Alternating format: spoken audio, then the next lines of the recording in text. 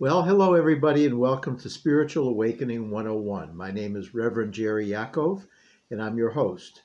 Today I'll be doing some reading and commenting. First of all, from the Science of Mind magazine. This is the March issue, and March 1st is a reading, and it starts out with a quote: God is all, both visible and invisible. And that's credited to Nona Brooks. God is all, both visible and invisible. You know, I'm thinking about the spectrum of color and our ability, in some respects, to see certain parts of the spectrum. But then there are parts of the spectrum on, I think, either furthest sides that we really can't see with the human eye. And I think that's a metaphor or an analogy, if you will, to our relationship with God. Certainly, God shows up in the spectrum that is clearly visible to us in other people, maybe our pets, earth, nature, plants, animals. We see God's love coming through in the expressions and the just the beauty that there is in the world. As she says here, God is all, both visible, and then the invisible part would be more on the metaphysical level. We don't see it with human eyes, but we do detect it in the heart. And the heart is an idea that has come to mean our soul. The heart, the soul, the Christ mind, the Buddha, that's the heart. And of course, there's nothing that you see with your eyes in the respect of the heart. But what you do is you detect intuitively, innately, within yourself and your Christ mind, the love and the caring and the beauty that exists as God. The love, particularly, but the beauty, the peace, and the serenity. Here's another quote from Ernest Holmes, who's the founder of Science of Mind. And he writes in his book, Love and Law, everything is of the one ultimate substance. Well, what we're talking about here is the power behind the visual substance or phenomenon. Something is the force, the life force, the chi, that which is making things mechanistically move and have its being and its light and its life. And that is the God force.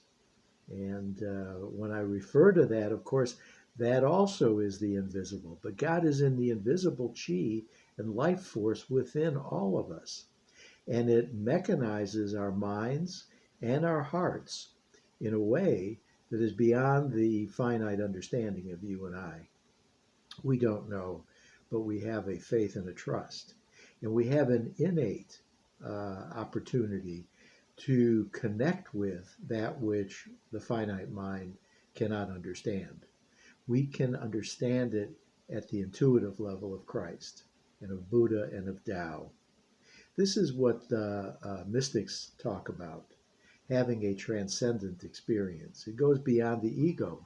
It goes beyond our identity as bodies. It goes beyond the earth. It goes beyond time and space. But it is nonetheless the force that is behind and imbues everything, including the time and space and the body, and everything that we can conjure up as ideas. It's behind the ideas of greatness, of love, of acceptance, of forgiveness, of kindness, compassion, empathy. You can fill in the blanks, of course, with all the wonderful expressions of light and love that God is, both on the visible and the invisible spectrum, the head and the heart. Well, he goes on, the writer goes on in the Science of Mind magazine. She says that for me, this illustrates two prime aspects of spirit: creativity and sacredness. Now, God is the nature of creativity. God is the ultimate creator, the initial creator. the oneness from which everything else springs. God said it is good, and it in fact was good in the likeness and image of the Creator of God, God itself. So God is in everything that we see. Why? Because God created our minds and our hearts and our spiritual eyes to see with the Christ and the Buddha. So naturally, when we're seeing consistent with the Buddha nature and the Christ consciousness, we see the love and the light of God in the things that we're observing. So God is in everything that we see because God is, firstly, the creator of our minds and our hearts. And secondly, we see it through Christ eyes, the Christ vision, and know that God is within that grain of sand, within that rock of the mountain, within that person that's standing before me, without really questioning it. It's something that we awaken to. It's a matter of faith and trust. Well, here's a quote from that particular day entry, and it says, I am delighted with the creativity of spirit, and I look for the holy in all that I encounter. So this is a practice, and I'm going to look for the holy in everything that I encounter. Is the holy in everything I encounter? Well, it is if I initiate it with Christ mind, because like then spawns like, attracts like, sees alike, um, is the same as. There's a unification principle that everything is one. So if I'm seeing it, I'm one with it. And since I've aligned in my mind with Christ, the Buddha mind, then I'm seeing it with love and kindness and perfection. And it too is then love and kindness and perfection. I could see it with my ego mind. And then there's a whole other state of mind that imbues the object of my vision, of my perception, with fear, instead of the spirit, which imbues everything with love. And there'll be a further reading that we'll get to that I think makes that point quite clearly. But where does it start? It starts in the mind of the person who is doing or being the Christ. And when I practice this and I think this, then I see things consistent with the love of the Christ and the Buddha. And that's the nature that I want to live. That's the life experience that I want to have while I'm having a physical earthly experience, and before and after I go back to my spiritual experience, and then return again to the earthly experience. And so it goes, incarnation through reincarnation, until we have nothing left to learn at the soul level. And once the soul is completely renewed, if you will, is completely awake, as the Buddha said, to its full Christ Buddha nature, there's no necessity to come back and learn any more lessons. But you can see the connection. While I'm still learning as a soul, I want to align with the holistic ideal of the Christ and the Buddha, so that the lessons that I'm learning are learned in love rather than looking and listening and learning with the ego, which is filled with fear. That's the difference in moving along and getting advanced from grade level to grade level each incarnation, until finally you're at the enlightened state of being fully awakened because you have practiced these lessons with the Christ consciousness and the Buddha nature. I hope that makes sense and resonates for you, because it gives life an entirely different purpose. And the purpose, of course, is one of awakening from an egocentric dream of fear. We're going through kind of a rough time right now on the earthly level with challenges. And I'm not going to get into the specifics of it because I don't want to make it any more real in an egoic, fearful way than is already being done by the collective consciousness that we're surrounded with.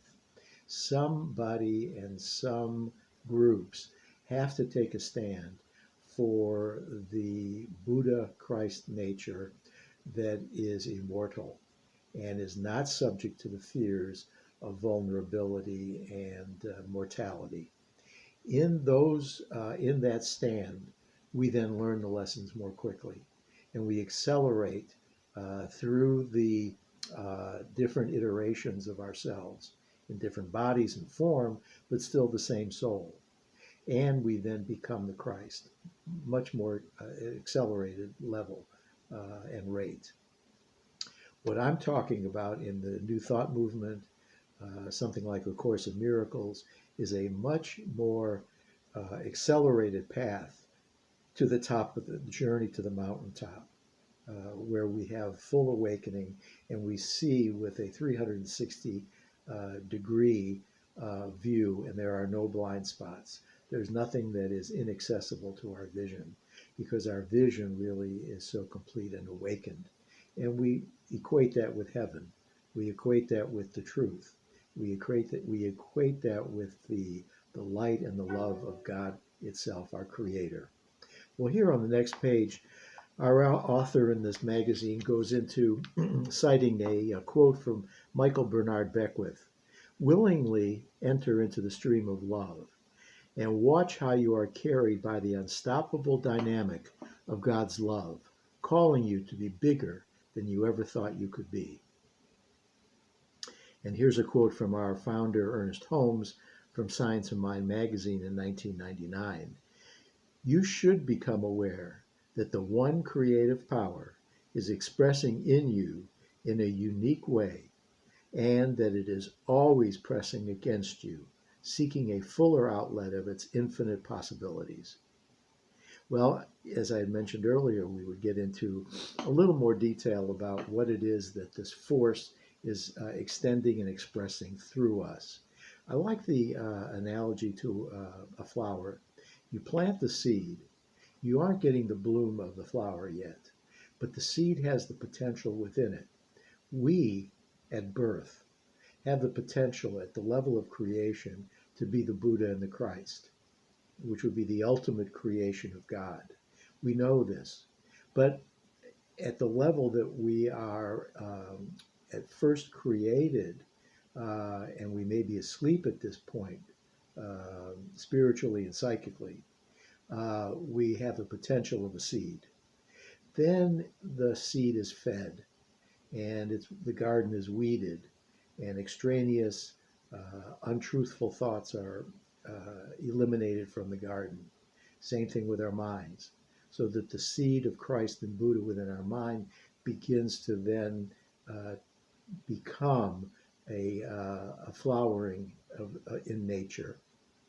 May not be fully blooming yet, but it's coming up from, as Thich Nhat Hanh said, the mud. And it's interesting to use that analogy, that seeds can be, planted in the dirt and in the mud, and with proper care and proper practice of the farmer or the gardener or the metaphysician or the potential Buddha and mystic, we tend to our garden in a way that ultimately it springs up through the dirt and the mud. And we then see the green, the stem, and we see maybe the leaves coming up. And then ultimately, after much work, sunshine, watering, weeding some more, then the bloom. And the bloom comes out facing towards the sun, doesn't it? That's kind of representative of facing our Creator, the light. Here these plants open up during the day and they face the sunlight. And that's what we're talking about in terms of our own spiritual growth. So you should become aware that the one creative power, the sun, if you will, as an analogy, is expressing in you in a way that's unique. And it always is pressing through and against you, seeking a fuller outlet of its infinite possibilities. Well, here's a quote from the text of the magazine. It says, "What if you were to see everything you do in your life as a calling?" So this would be at the deepest level of acceptance. You're letting be that which is the next right thing for you to do. that which is the next right thing for you to accomplish on your behalf and on the behalf of others whom you interact with. This is the nature of, as it says here, a calling. And whether you're teaching a spirituality class or tending a garden or doing any number of things on your checklist, your to-do list, what would your life look like if you expressed the love and joy of spirit, which is consciously and deliberately in all that you potentially do? You want to express that. You want to express it in a way that it builds up by example for others to know their spiritual nature, the light within them. So it questions, are you up for the challenge? And I know that we all are, because we're made in the likeness of God. And being in the likeness and nature of God, that is what we're up for. It's a question of making the decision. Yes, I'm up for the challenge. And it's hardly a challenge at all, because I'm going to be a good gardener, and I'm going to water and fertilize and weed and make sure that the light, comes through for my garden, and it's going to flower. And the flowering, of course, is a metaphor for our own spiritual awakening in mind and Christ of the Christ mind and Buddha nature. Here's a concluding affirmation. I awake each morning and bring my conscious awareness to the truth that my calling here on earth is to express the love and joy of spirit in all that I do. And I let this guide all my activities. So we are given our marching orders, if you will. This is when I get up first thing in the morning. My thoughts are immediately towards the highest power, the Buddha and Christ nature in my mind, and I'm inquiring, what is it that you would have me do? What is it that you would have me think and say? And how would you have me encounter people on your behalf, Christ, Buddha, God? How can I be your emissary? How can I be the channel through which you can most easily express yourself, through and as me? But you do the origination, you do the work. And I am the willing cooperative agent, sharing and expressing the love and the light that is within each of us. Well, one more page in this wonderful magazine. And here's a quote from Emma Curtis Hopkins, who was one of the early pioneers in New Thought thinking. And she wrote, "You must not tie to an idea of anything being bad." Well, I need to hear this over and over. I have to be vigilant in my thinking, and I cannot tie to an idea of anything being bad. There's always another way of looking at it with the Buddha and the Christ nature. And that, of course, is looking at it with the heart and the love. And I transform myself and the object of my perception that I'm looking at by the very nature of thinking the good, the positive, the uplifting, the enlightening. Well, here's a quote from our founder, Ernest Holmes, in his book, Creative Mind, on page 7. "Nothing in itself is either good or bad. All things exist in mind as a potentiality." I love that expression. Nothing exists as good or bad. You can almost think of it as neutral, and then my decision to look with the Christ vision and the Buddha nature determines that it is good, and it is very good. And it's there to benefit me, and it is there to benefit my curriculum, if you will, where I'm learning at this stage of my classroom experience what I need to learn at the soul level. And then I'll move on to the next class, and I'll learn with the potentiality of deciding for the Buddha and the Christ nature within my mind that everything is good and very good. And I'll learn that lesson. And then the lessons become more and more easily learned, and they happen much more quickly. I'm not stuck anymore. I'm not on a vicious cycle of learning and forgetting and learning and forgetting the same darn lessons over and over, lifetime after lifetime. I move through it quickly. And then I become a teacher and a healer, not in my own right per se, but again as a channel for the Christ and for God itself, for Buddha. So this is our curriculum. This is the school that we've signed up on earth to be in. And I'm so glad to be occupying the classroom with you because we're learning. Some of us are a little further down the path, but we're all on the same path, if you will, even if it's a different wisdom path. And you're, of course, encouraged to find the wisdom path that fits and resonates best for you. I love New Thought Movement. I love A Course in Miracles. There's so many authors and writers and teachers. Jesus is my teacher. I have I'll say, a special relationship with Jesus, only because I'm waking up and finding that that's true. I don't know when I made that decision or how it was made, but I'm immersing myself and submitting myself through purification, through teaching, through forgiving and loving. And I'm finding that my relationships with self and with others and with God have so vastly improved, so vastly become happier and more blissful. That's my personal experience. Well, there's a story in here about a young boy, 7 years old. Pierce is his name, and he was being bullied at school. So his parents enrolled him in a karate class, and he learned, to use the karate both for self-defense and for mindfulness purposes. Well, that ended the bullying experience for sure. And then he later went on to become a champion in the karate and earned many trophies and became a teacher himself. And, as he said, um, here he says, now at 15, he instructs others, a job he finds extremely rewarding. In addition, he gained discipline, focus, self confidence, and an acute time management skill.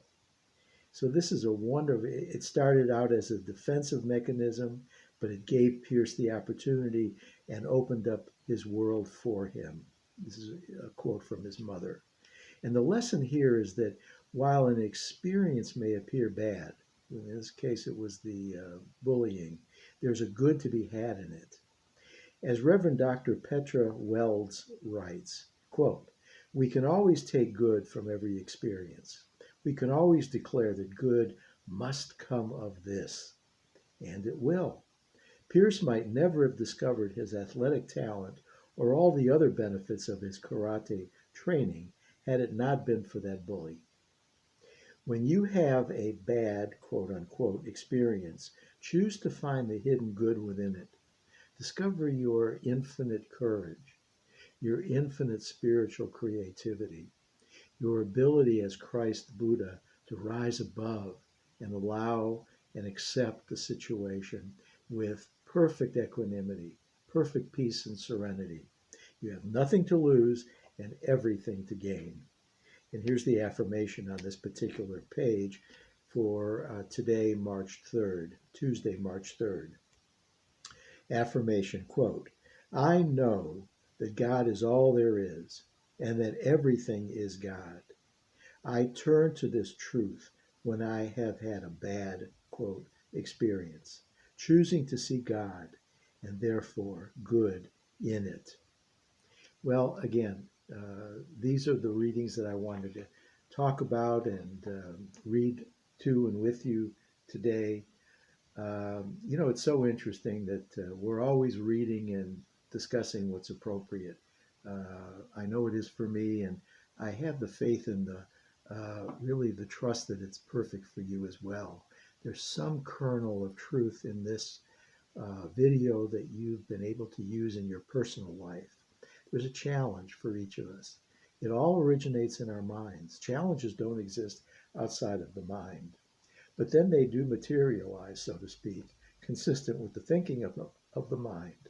So these readings address the solution at the level of mind, the Christ mind, the Buddha nature. We can sit in meditation. We can sit in prayer and deepen our communion with our higher power. We can look at other people who are inspired by us, or people who are inspiring us because they're going through similar challenges.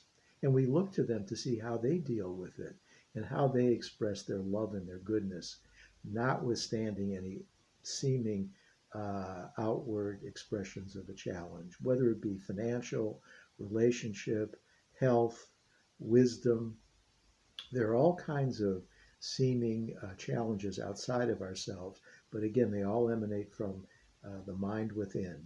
And when we use this wisdom teaching that addresses the mind and uses the power and the wisdom of the Christ and the Buddha, just for example, you could use Krishna, Allah, Shekhinah, Yahweh, many Confucius. I love the Tao. I think there's so much wisdom in the way. Whether you're a yoga practitioner, yoga means union with the way, union with the source. And my wife, God bless her, is a wonderful yoga teacher, and she has so many students that are helping her to advance on her journey, and she's helping them to advance on their journey. And it's just a wonderful interaction of spirit with spirit. And that's the walk that we make, isn't it?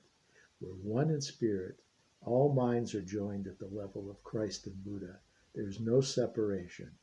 And because there's no separation, we have that infinite power. We have that infinite presence. We have the infinite wisdom that it comes from the joining in spirit. If we were all separate, then we would have to, and this makes perfect logical sense also, as separate beings at the form or body level, we then have to trust our own strength. And we know that we're accident prone, we're mistaken prone, we're difficulty prone. And that's because the body is symbolic of the ego. These are the things that we're learning in these videos. And I feel this particular video has been one that uplifted everybody that comes in connection with us, and so many more that we aren't even aware are connected in the cosmos and in the ethers, because all minds are joined, and they will get this message. Then the question is, are they ready to accept the wisdom and integrate and actualize it within themselves at their mind and heart level? I believe, of course, that they will, because that is the nature and the design that God has created for us and as us. So again, thank you. I want to express my gratitude to the NECAT network, to the YouTube people for allowing my videos to be, shown. And it just gives me great, great honor and fulfillment and pleasure. So grateful to be here, and I love every one of you. Shalom, namaste, and we'll see you next time. God bless.